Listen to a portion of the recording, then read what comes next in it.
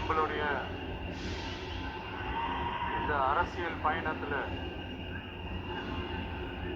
மிக மிக மிக முக்கியமான ஒரு காலகட்டத்தில் நாம் இருக்கிறோம்.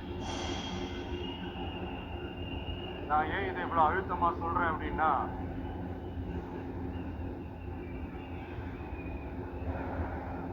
ஏதோ அழுத்தம் இருக்குமோன்னு நினைக்கிறீங்களோ?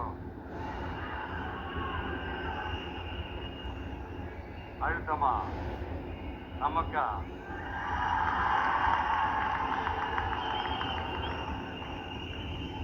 இந்த அழுத்தத்துக்கெல்லாம் அடங்கி போற ஆளா இந்த ஆளு? இந்த மூச்சா பார்த்து அப்படியே தெரிஞ்சு உங்களுக்கு.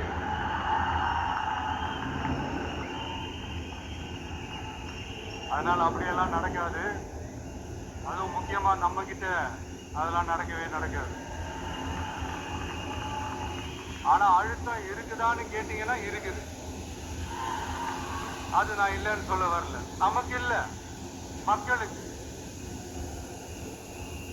தமிழ்நாட்டை இதுக்கு முன்னாடி ஆண்டவங்களும் சரி பாஜகவுக்கு அடிமையா தான் இருந்திருக்கிறாங்க. சோ அவங்கள நம்பி ஒரு பிரயோஜனமும் இல்ல.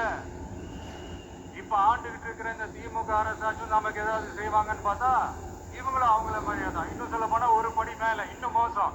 அவங்களாச்சும் நேரடியா சரண்டர் ஆகி இருப்பாங்க, இவங்க மறைமுகமா சரண்டர் ஆகி இருக்கிறாங்க. அவ்வளவுதான் வித்தியாசம். அதனால நீங்க பாத்தீங்கன்னா அவங்களோட அந்த வேஷம் கலைஞ்சிடக்கூடாதுன்றதுக்காக இந்த கலர் கலரா கவர்ச்சிகரமான இந்த அறிவிப்புகள்லாம் வெளியிடுறாங்க. நோட்டீஸ் பண்ணிருப்பீங்கன்னு நினைக்கிறேன்.